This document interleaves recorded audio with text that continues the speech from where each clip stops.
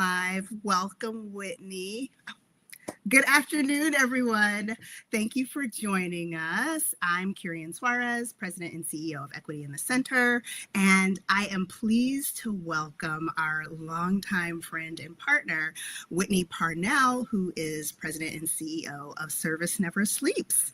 We are here today to talk about her new book, which dropped on Tuesday.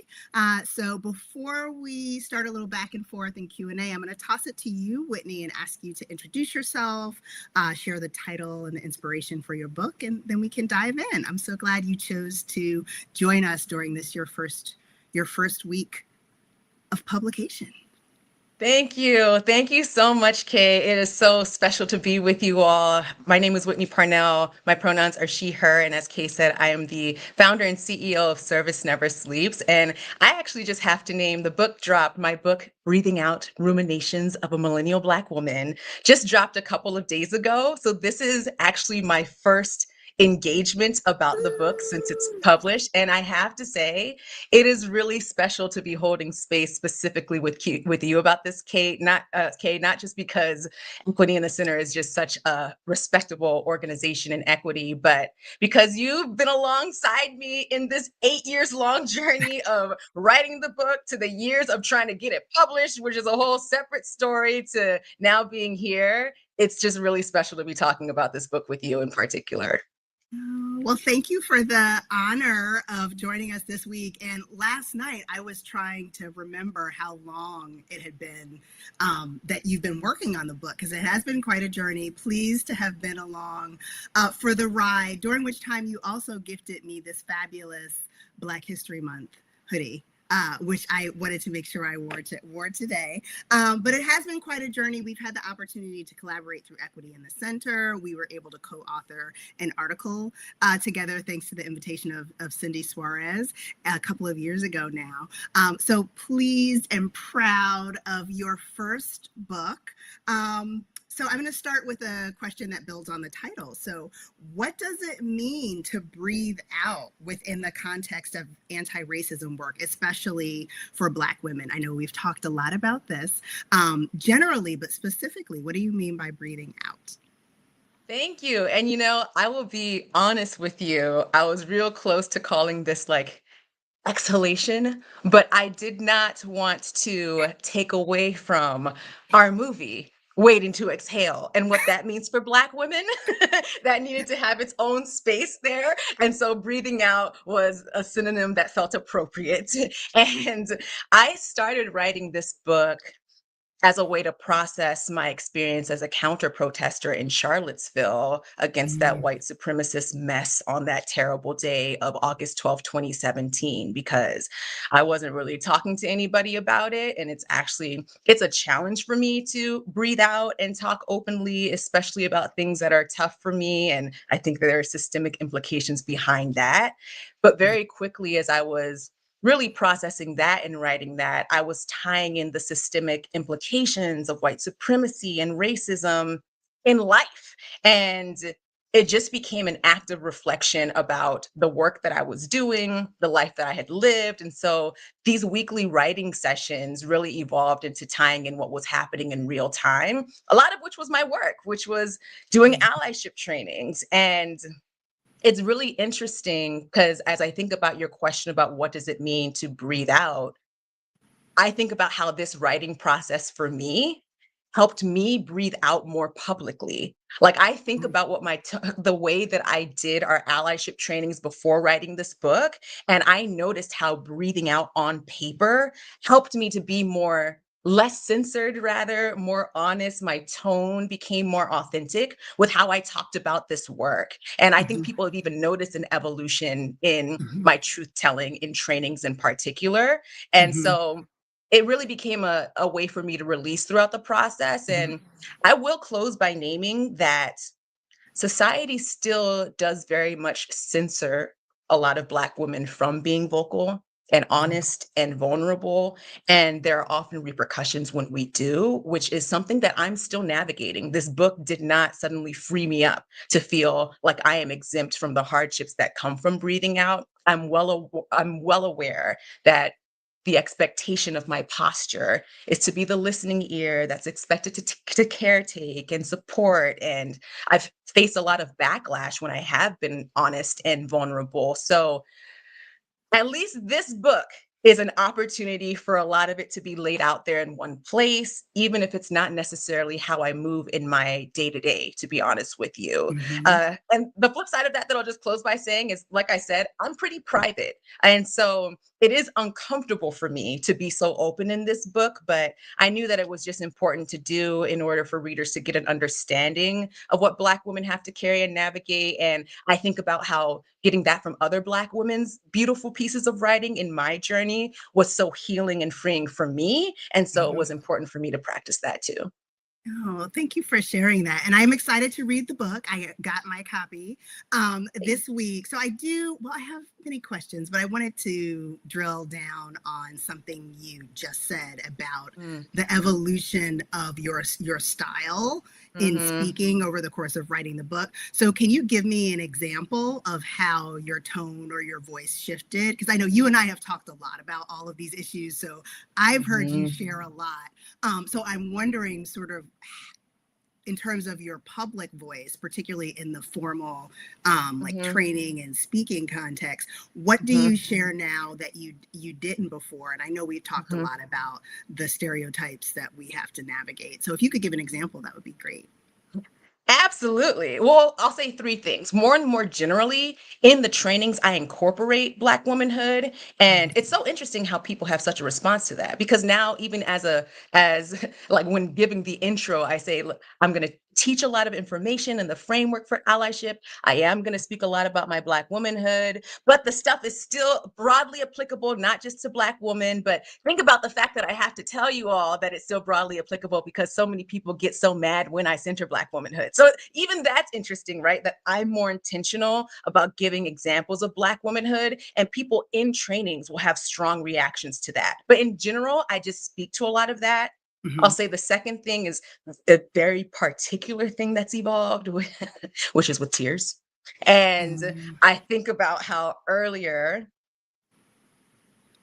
a lot of white folks would just come up to me sobbing during my breaks in particular about how stressful racism was for them, which is so inappropriate for so many reasons. And I remember back in the day, I would be so compassionate toward that. I'd say, okay, you can do it. It'll be okay. I know it's hard. And now I have a training spot on tears, and there's also a section in the book about tears as well. But now I'm pretty transparent about saying, look, if you're upset, take a moment to get it together and come back when you're ready, because this is you have to be able to handle yourself in that way, right? So I am a lot more stern about when fragility shows up. And then I would say lastly, the training has evolved. When I first developed this training, um, I developed it relative to what everybody said that they wanted to learn. And everyone wanted to learn how to talk to their problematic family members and friends.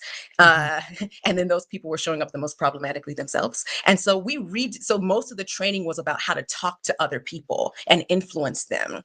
We've Mhm. redone the training where most of the training now is about turning the mirror on self and self work and understanding that this work has to be from the inside out. So, those are some of the examples of how there's been an evolution that I can specifically attribute to just laying it all out on paper and that equipping me to do it more authentically in person.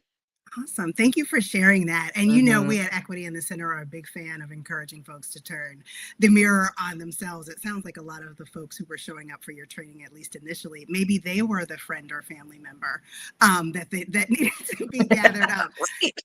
And I think each of us has the challenge of trying to overcome our conditioning and our bias rooted in white supremacy and in Mhm. patriarchy, even as we seek Mhm. to dismantle those things. Because when we Mhm. say our work is about, individually or institutionally, about dismantling white supremacy, or let's say dismantling patriarchy, our first step generally is to go to our toolbox of white supremacy tactics, or Mhm. misogynist or patriarchy conditioned tactics, which is a Mhm. very normal response because that's how we're socially conditioned. So it is normal for folks to show up in a training or in a coaching context doing the thing that they say they seek to end or mitigate in the world. And that's a practice we're all stuck in that loop and working on it. Some of us have been working on it longer.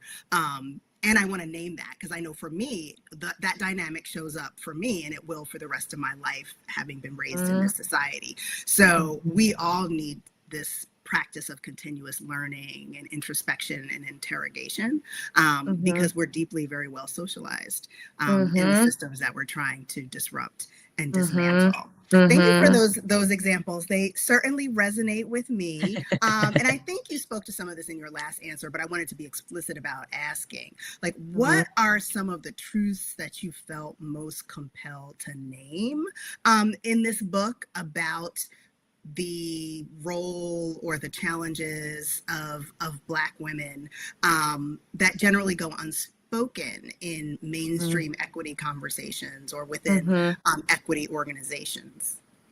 Thank you for that. I'd say, speaking at a high level, what's become clear to me after 10 years of running this organization is that leadership does not exempt Black women from systemic misogynoir at all. In fact, in many ways, it's like systemic misogynoir is trying to strip Black women of the leadership that society's hierarchy has tried to put in place for us not having. And so the book isn't just about Black women leadership, though I incorporate parts of it, but the point being that since it's so broadly systemic, it also impacts leadership.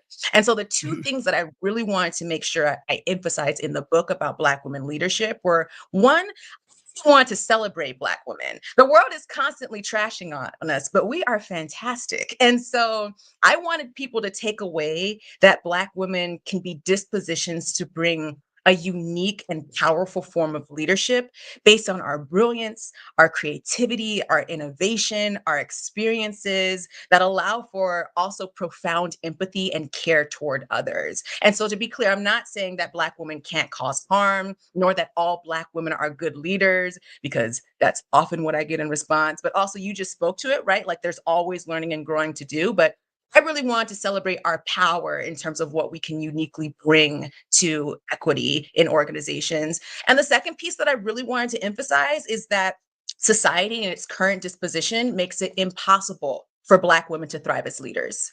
Kate, you mentioned the article that we wrote, which is thanks to you lifting up three big tropes that we face in leadership.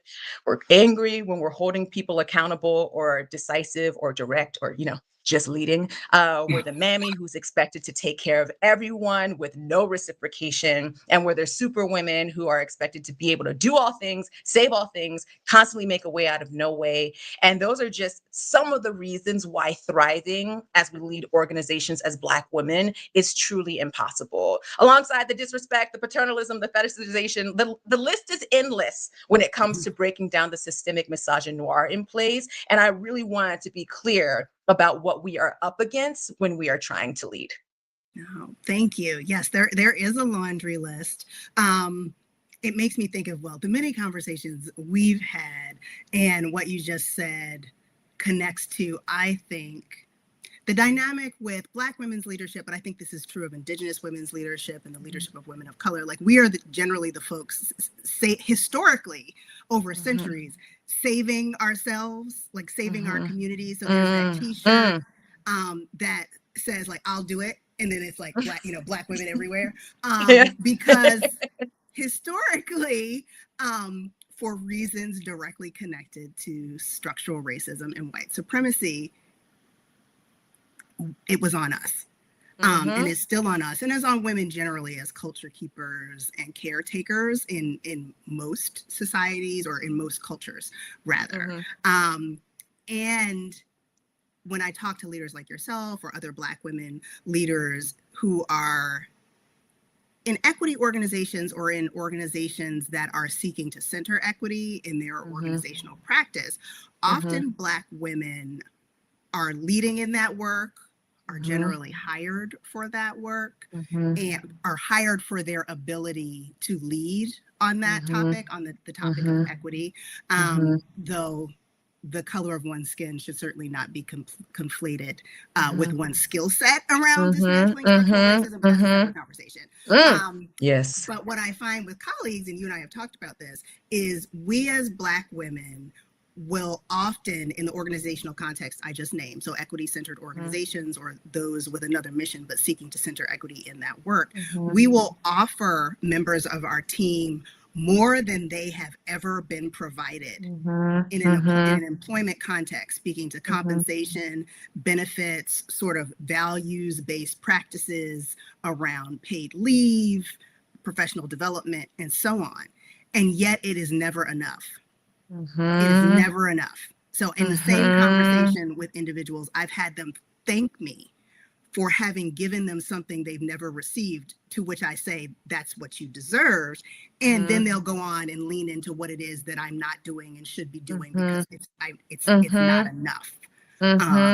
So I think there's that tension. And I've also heard from Black women leaders and equity leaders also, who don't share that identity, that folks often don't believe what you are offering them. So when you are offering liberatory practices, benefits, people sometimes don't believe that it's real. Like, you couldn't actually want me to do that or be that way. And then over time, it can unfold in the way that I initially described, which is that, well, thank you for this. I've never been able to function like this before.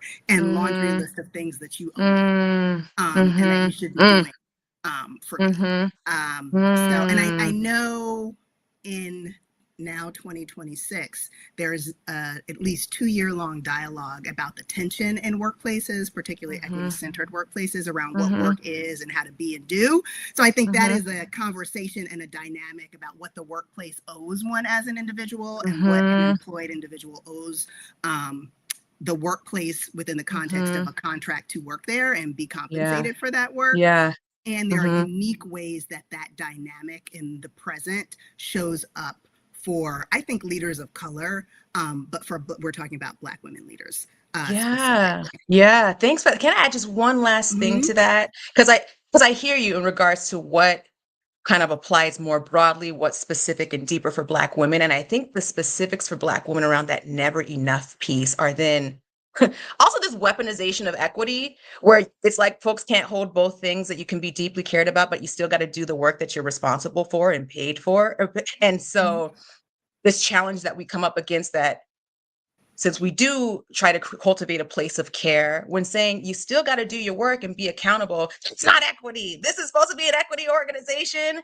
And then the other piece specifically to Black women that I've started to put language to is that when we try to then vocalize what is happening systemically at a Black women-led organization, that when you're not doing your work, that requires then that I got to be more of the superwoman, that, you know, the stress involved with having to carry so much, the harm, the interpersonal harm that's taking place between us, because even though I'm your boss, I'm still a Black woman, then there becomes this weaponization of leadership, where we're told that it's bad leadership to say these things, because in our positions of authority, then that makes people feel like they don't have psychological safety. So everybody's always here saying, speak up, talk about what your experiences are so that we can make this work. But when we do, how is that actually received?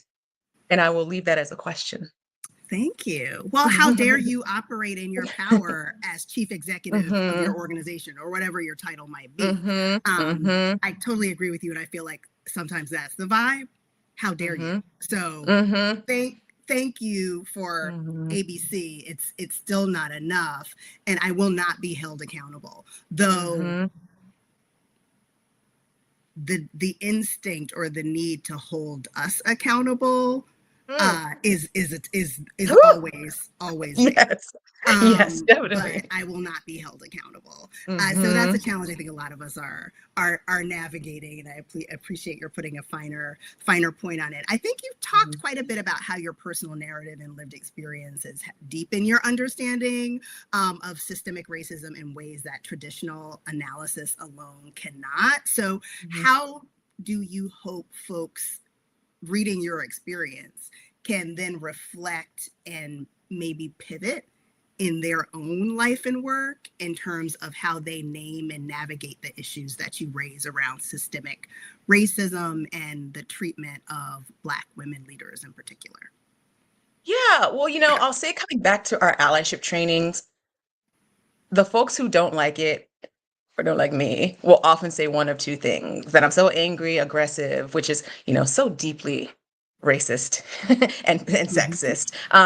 And the other comment that we'll sometimes get is that our trainings didn't have enough data, that it's two experiences based, which has no validity.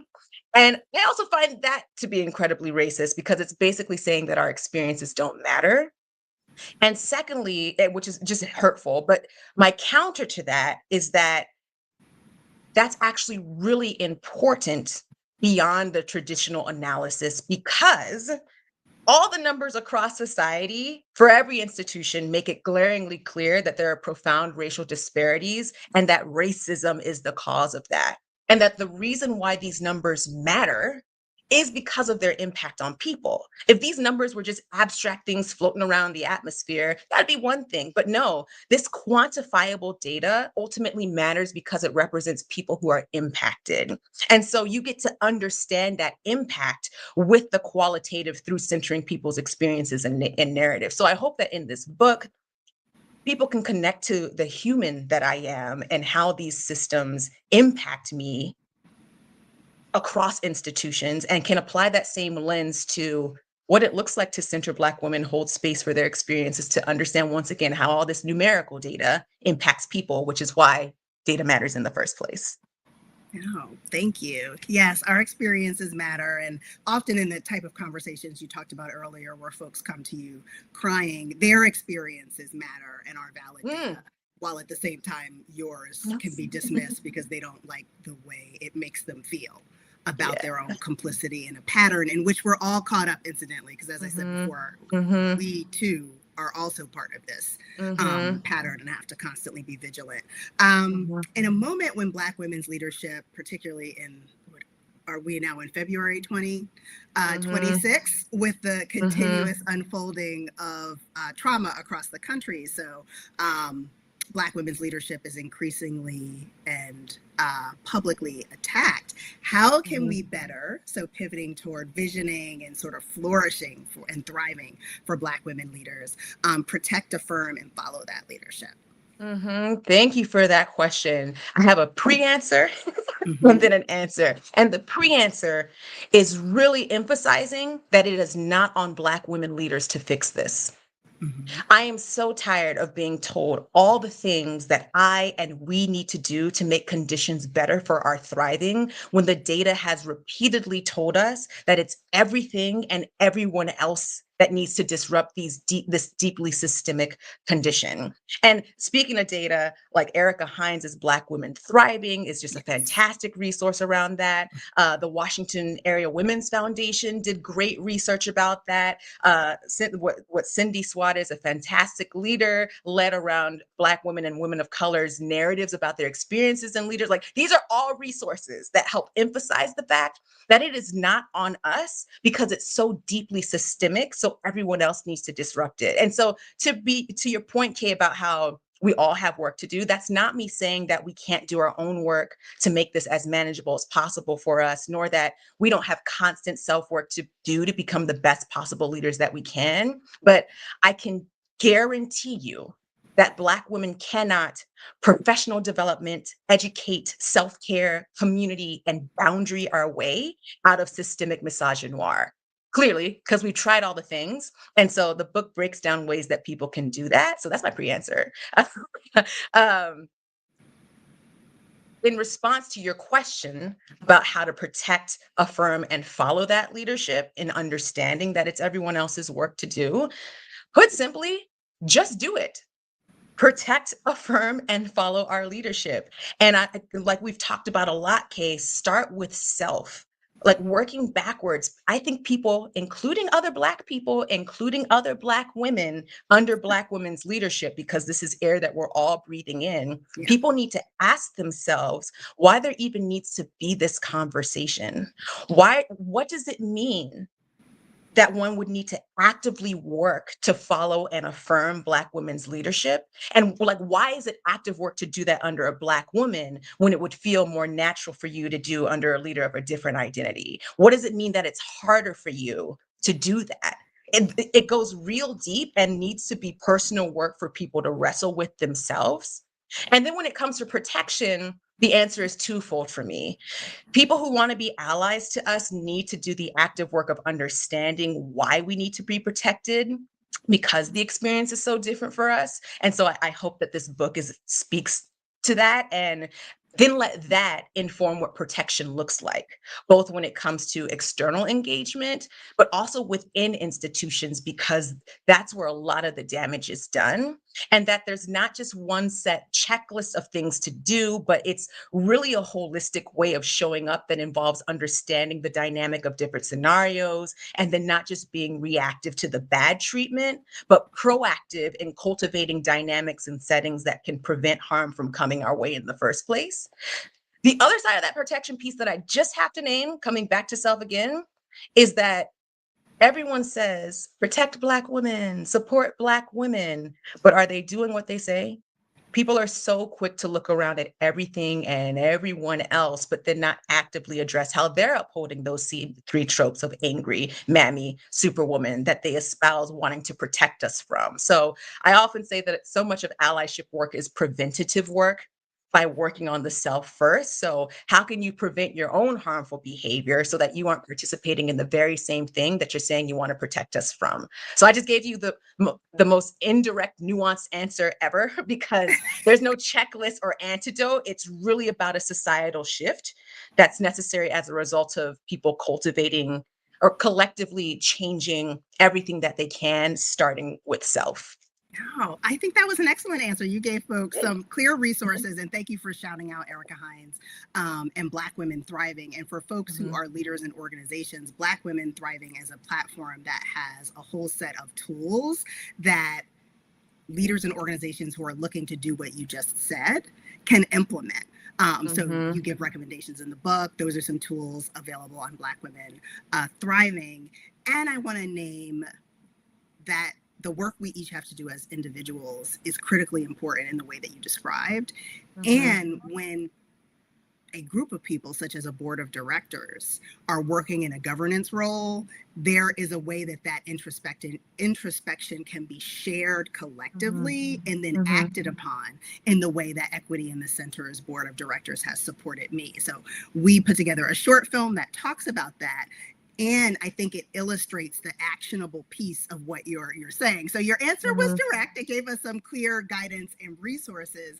And in an institutional context, whether it's a group of individuals or leaders in a governance role or a Mhm. senior leadership team or an individual chief executive, because I'm thinking right now Mhm. about examples of all three of those in my work with colleagues and Mhm. partners, Mhm. you can recognize patterns in yourself as an individual. You Mhm. also have a responsibility to recognize and name patterns across and within an organization. Mm. So that's Mhm. what like Equity in the Center's board of directors was able to do for me in navigating a lot of the Mm. dynamics that we've discussed, because they as individual race equity practitioners and as Mhm. leaders, who I think it was Sean Thomas Brightfeld who said, having been on the receiving end of racialized trauma in an Mhm. organization, recognized what was happening to me, which does not mean, as you said before, Mm. that I was not making mistakes, but what they that Mhm. leaders make, because we are Mhm. humans, that Mhm. they recognize the pattern of behavior and Mhm. aggression toward me, Mhm.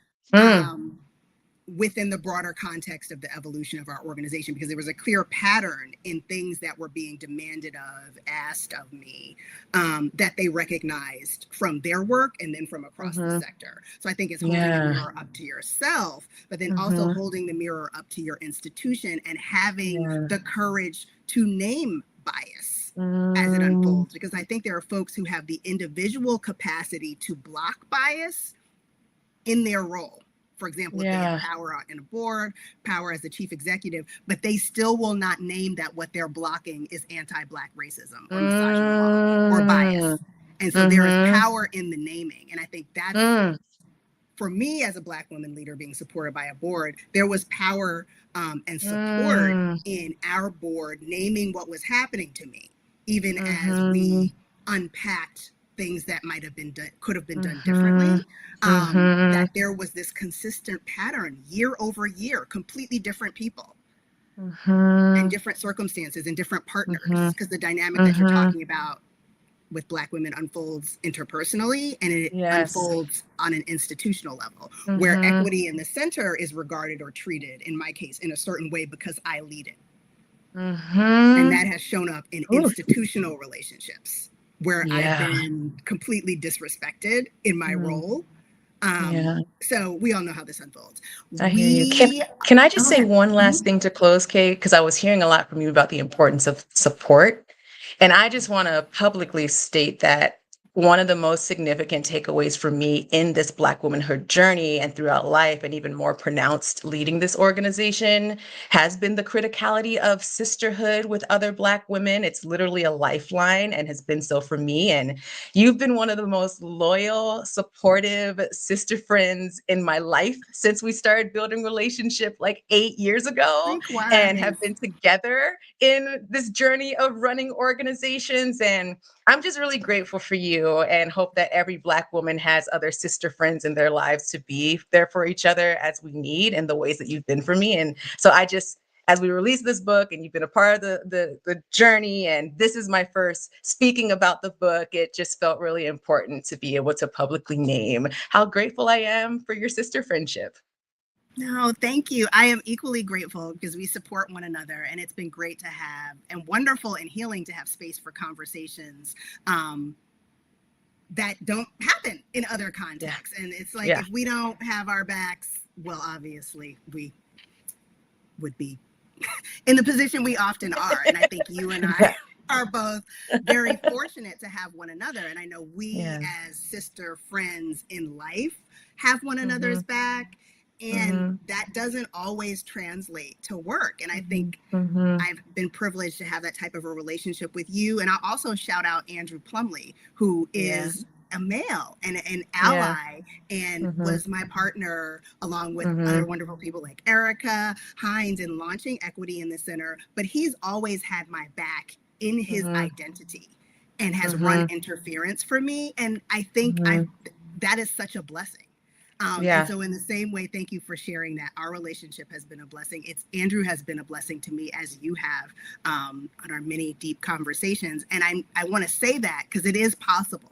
And so I hope Mm-hmm. that more of our colleagues will be able to have this type of support from their boards, hopefully, but also from their colleagues in the workplace, Yeah. because just one person can make a huge difference on a Yeah. day-to-day basis if they are validating your experience, like naming Mm-hmm. it, and supporting you in navigating it. Doesn't mean that it can be Mm-hmm. interrupted completely or Mm-hmm. ended, but having someone Mm-hmm. who will name, like, the critical Mm-hmm. part of naming what is happening for an Mm-hmm. individual who, within a system of white supremacy and misogynoir, Mm-hmm. is sometimes made to feel that they are going crazy. Mm. Having an ally and a sister Mm-hmm. friend or a Mm-hmm. partner who will name what's happening, even if it's just between the Mm-hmm. two of you, is a profound support. So I'm so grateful Absolutely. for your friendship and support, and for Andrew's, and for Erica's, and all of you who have had my back, and my board, of course, a phenomenal group of race equity practitioners. I still wouldn't have this job if they didn't show up in the way that you're encouraging folks to, for one another and for Black women. Beautiful. So final closing thoughts. Anything else?